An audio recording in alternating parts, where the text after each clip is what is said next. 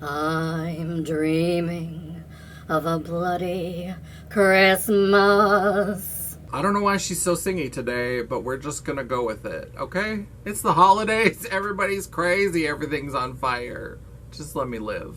Hello, Champagne Nightmares. Welcome back to my channel, or if you're new here, I don't know how you found me, but stick around.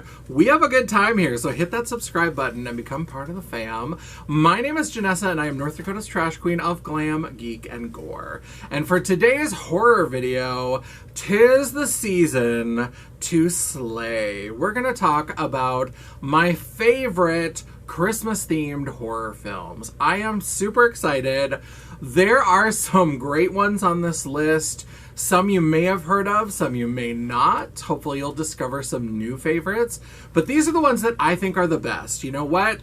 I think if we're going to have Christmas time and we're going to be assaulted with the undead demon that is Mariah Carey's All I Want for Christmas Is You, we should have some spooky treats to get us through the season. So if you're ready to see what my top 10 recommendations for holiday horror are, then stick around because we're getting into it right now.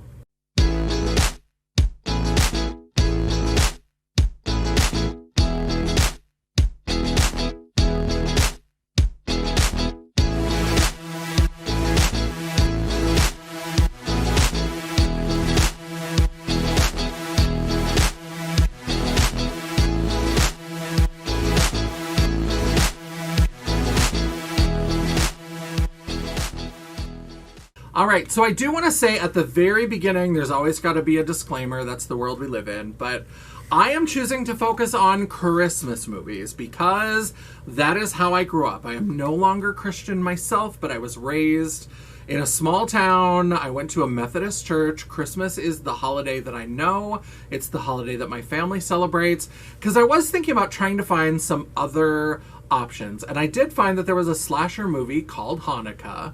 And I thought about watching it, and I was like, you know what? Even if I really liked this, that's not my history, that's not my culture, that's not my journey. So even if I liked the slasher element of it, I wouldn't know if they handled the sort of holiday part of it, the religious, cultural celebration part of it, in a respectful, even appropriate manner. So I was like, you know what? This is what we know. I mean, I'm living the war on Christmas every day, so I don't know that these are super respectful either. But at least I'm being potentially disrespectful to a culture that I am part of, that I know. So I didn't want to unintentionally offend anyone. So that's why I didn't include any other kind of non-Christmas horror movies. I would love to see more of them pop up, and I hope that they are done by people who come from those traditions so that we can get the holiday right while also getting the blood and gore right. So this video is kind of like an offshoot. I had so much fun this summer when I did my Pride horror video. If you didn't catch that video, I'll link it right up here for you. It was inspired by my dear friend Lane Hexorcist on Instagram. Check her out. I had so much fun putting together a selection of Pride movies that I was like, you know what? Let's do the holidays, because right now, all the spooky babes in your life, it's a little tough for us because Halloween is over and we've been assaulted by Christmas music since at least November 1st. And so we like to remind people that we are spooky all year long. So no matter what the holiday is, no matter what the occasion, we want you to know that there is some kind of blood and guts movie out there for us to enjoy and be spooky at the same time. So I'm excited about this. I love the Pride list, and I love this list as well. There's some good movies on here, and some of them you may not know, so buckle up. We're getting into it with number 10. Number 10 is inspired by my movie marathons with Mama Champagne. We love Mama Champagne, and our holiday is Thanksgiving. So Christmas is when the family tries to come home and we all get together and it's the whatever. Thanksgiving has kind of become our holiday, where generally she'll come to my house and stay with me. And sometimes we do a little bit of shopping. Sometimes we go out to a movie, but we tend to do a lot of just staying in the house and watching movies, watching cheesy horror movies. And she said something to me on this last visit that really resonated, where she said, even if you're watching a bad movie, if you're watching a bad movie with someone, it's not as bad. Because at least you can kind of laugh at it together. And we do. We watch some terrible movies. And that leads us into number 10, because this is one that you should only watch if you are watching with a person that you can make fun of it and you love to watch cheesy movies and like roast them.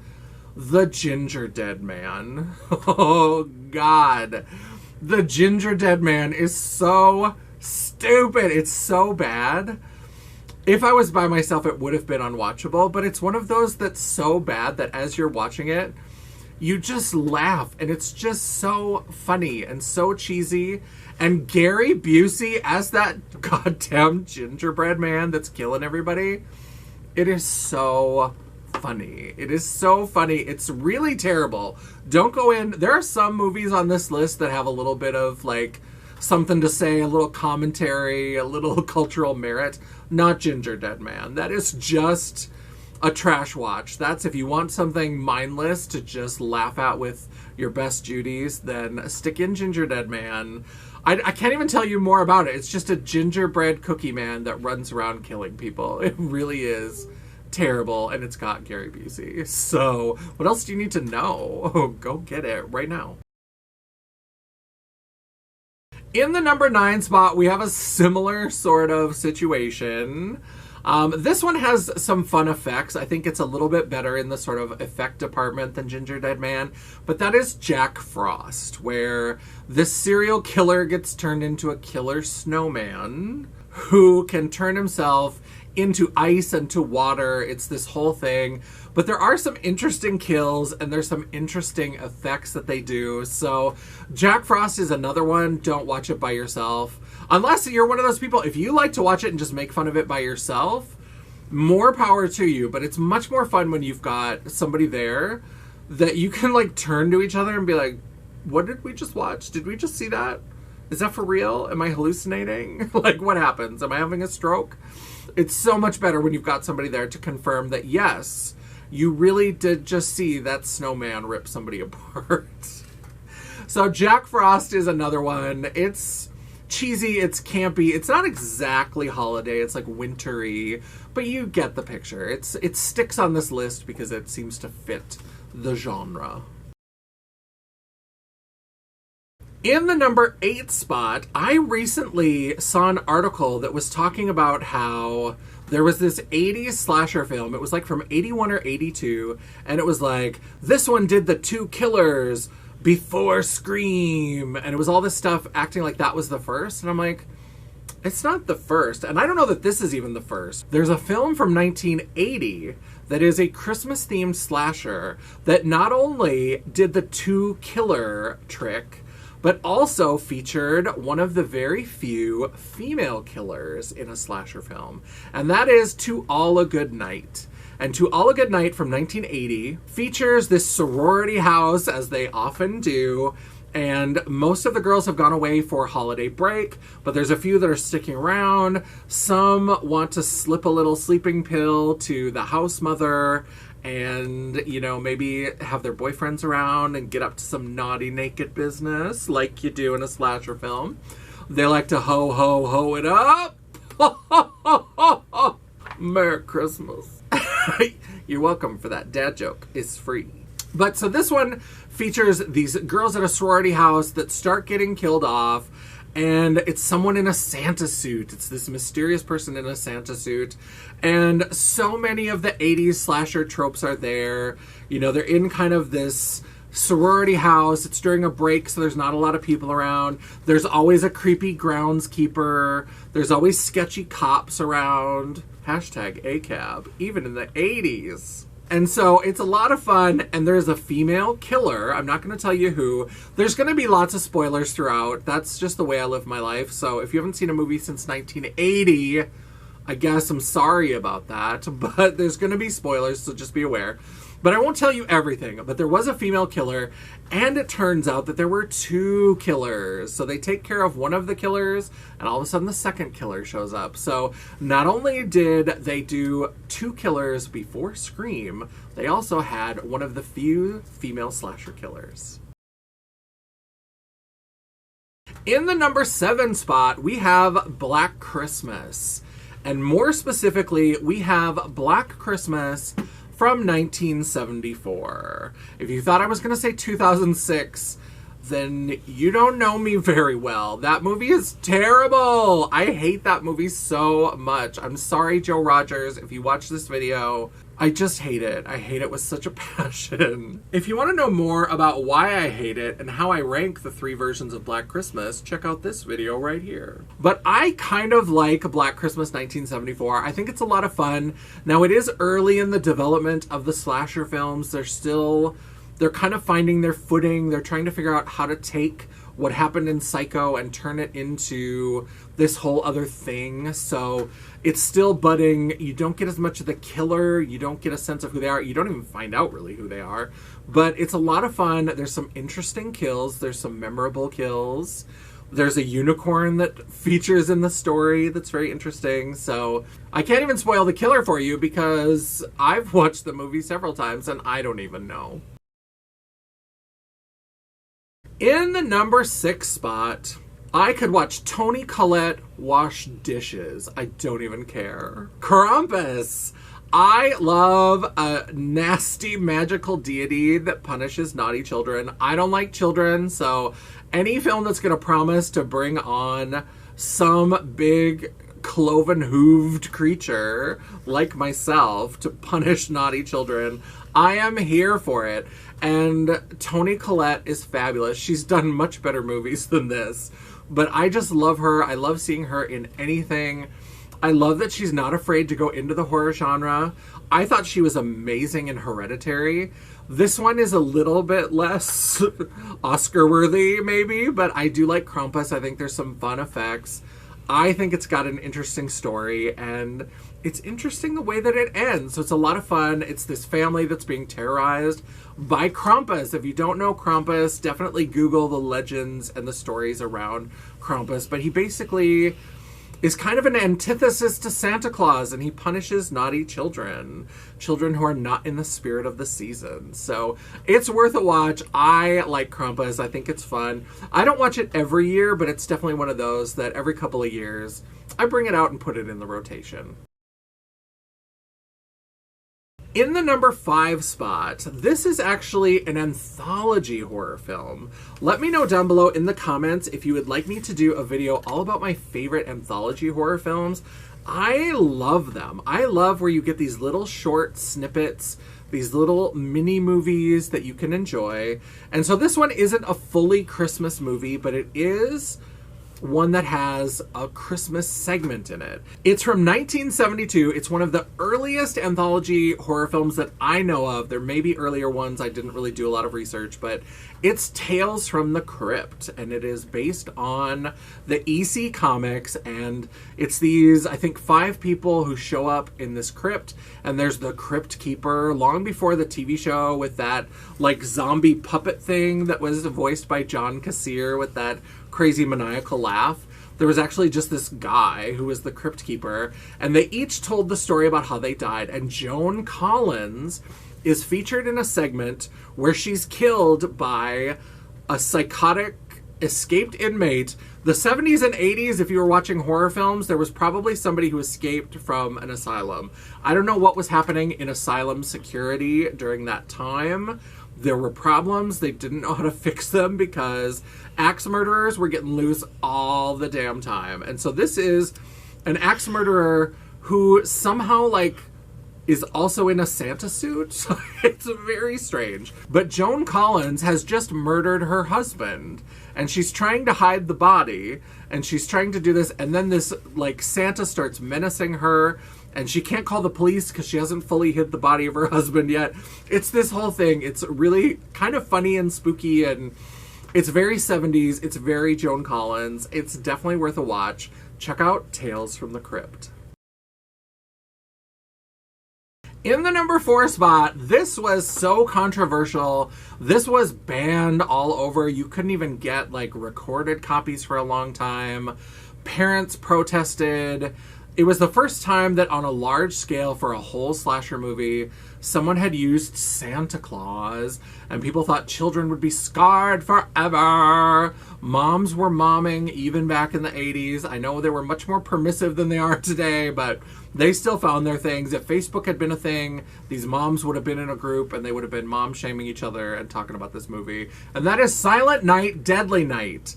That is an infamous Christmas slasher that features this guy who sees his parents get killed by a person in a Santa suit, and it kind of messes him up. And then he goes to an orphanage where he's abused by the nuns, and it all gets wrapped up in Christmas. And so he goes and gets a little job in town, and Christmas just sends him over the edge, and he just starts killing everybody.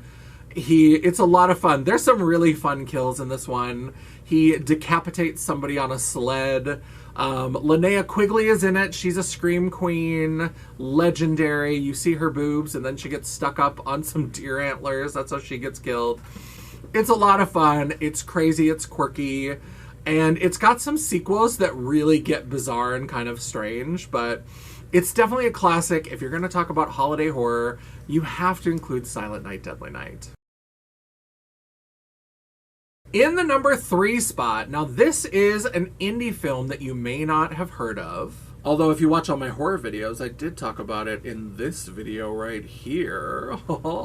And that is the indie gem, I'm Dreaming of a White Doomsday. Now this is indie, it's very low budget, but it's very well done. And it's basically people who are living in this sort of dystopian, post-apocalyptic time. There's not a lot of food, there's not a lot of resources. They're kind of locked in a basement. They filmed it in kind of this broken down ghost town kind of place, and it's this family that's trying to survive as they're running out of resources. And the father goes off to try to find more resources, and they're not sure if he's going to come back.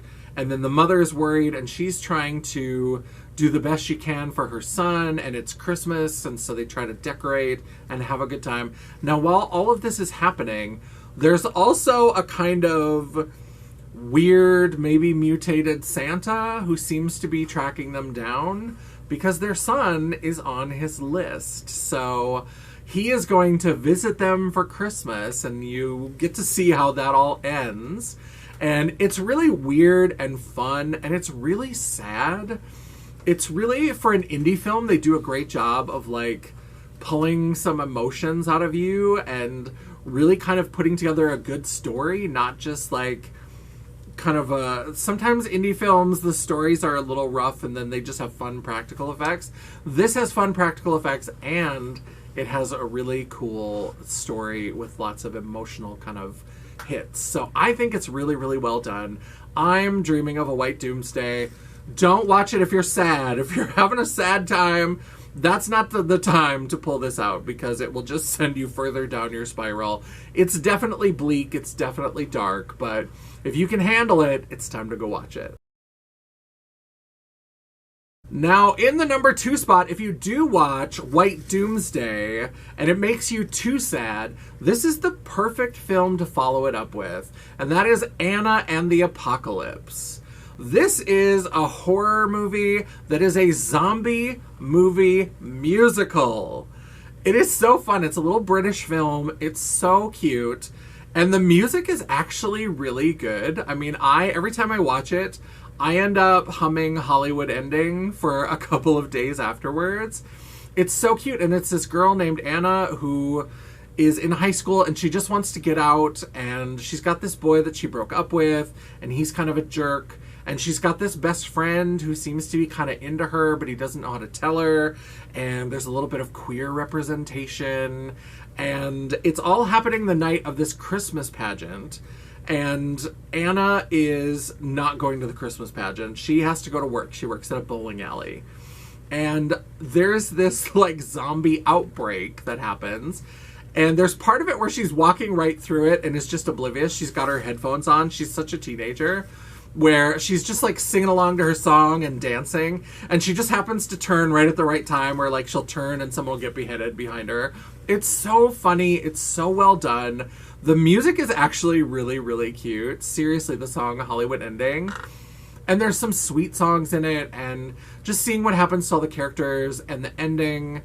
There's some emotional moments in that one too. This is another one that like is so funny and then has moments that are so gory where you're just like, oh, practical effects, I love it. But then there's these moments that just kind of break your heart a little bit.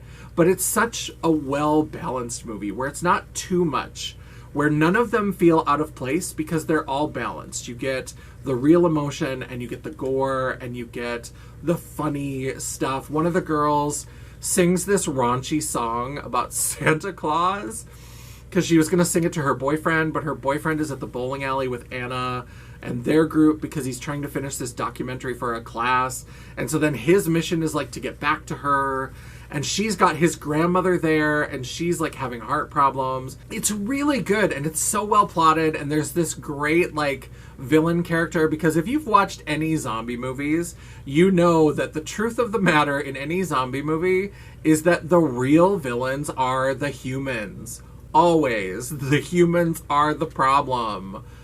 Zombies are neutral. Humans suck. We're not good at being people. And so it's so good. It's so funny. The music is cute. And there are some great kills. So definitely check out Anna and the Apocalypse. And in the number 1 spot, she's nothing if not predictable. I'm going to take this opportunity to once more sing the praises of Black Christmas 2019. Now, when I did my original video, I've already linked it before, but I'll just kind of motion up again to remind you to go watch my Black Christmas video. I talk about the fact that it's really, really well done social commentary. And I think in that video, I even said that I felt like the slasher element was like a C minus, C plus, somewhere in there. The more I watch it, the more I think that the slasher part is not bad. I think it's just so different from what happened in the earlier 2 versions of Black Christmas, which are also very different from each other. I think I just was like, oh, I don't know if this is good, because it was very different. The more I watch it, I think it's actually really smart, and I think it's really well done. I love movies with a supernatural twist, so I don't know why I was so weird about the like slasher element. The more I watch of it, the social commentary is still 100% on point, and I like the slasher part of it more and more every time I see it. So that is one that I will watch throughout the year as well, but every Christmas since that has come out, at least once during December, I have to watch Black Christmas 2019. I love it. Very much in the same vein of the original 2, where young women are getting killed off at a sorority house, but this one has so much more social commentary about date rape culture, about toxic masculinity, about the patriarchy, about the inequality of the sexes, and about how men are harmed by patriarchy as well, and how men can be allies, but just don't talk so much when you try to be an ally. Like, listen to the people you're trying to be an ally to. Don't talk so much. Shut your pretty little face and just listen. God damn it. It's so good. It's so well done. I love it. I think, I love boobs and blood as much as anybody else. And I think that now we all have the internet. You can see whatever size, shape, color of naked person, naked body part you want to see.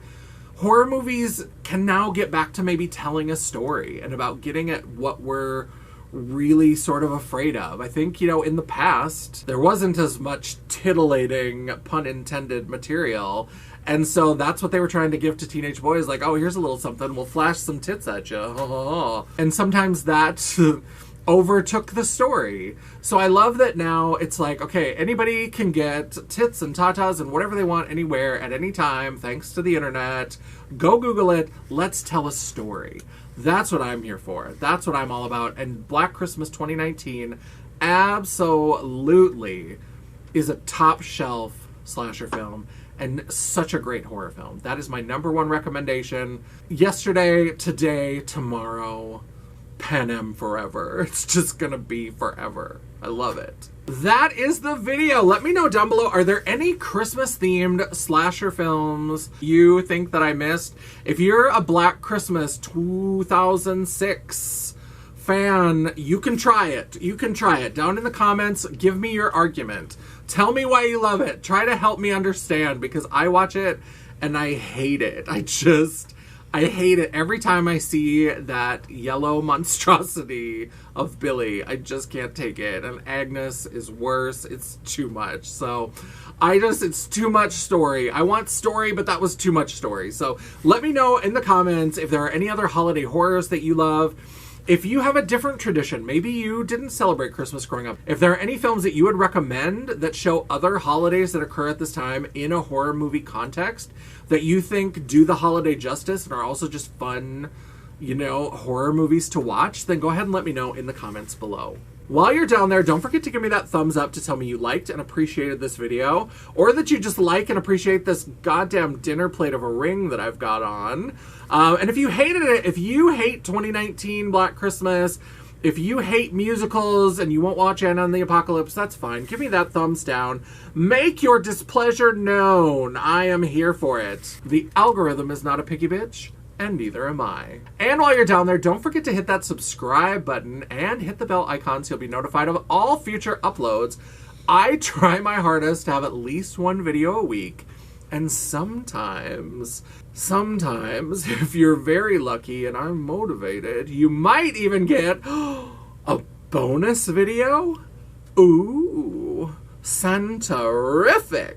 If you'd like to chat, banter, or commiserate between uploads, all of my social media will be linked down in the description box below, including me as a geriatric TikToker and my website, The World of Champagne, at janessajay.com. Happy holidays and all the days, whatever you celebrate or don't celebrate. I understand that the holidays can be a very loaded time for people. People's family situations are all kinds of different. People have religious trauma. We're all just trying to get through. I just hope these videos bring you joy, and I hope these movies bring you joy. And until I see you again, bye. I love and appreciate all of you. Happy... Oh. And she said something to me on this last video. Nope.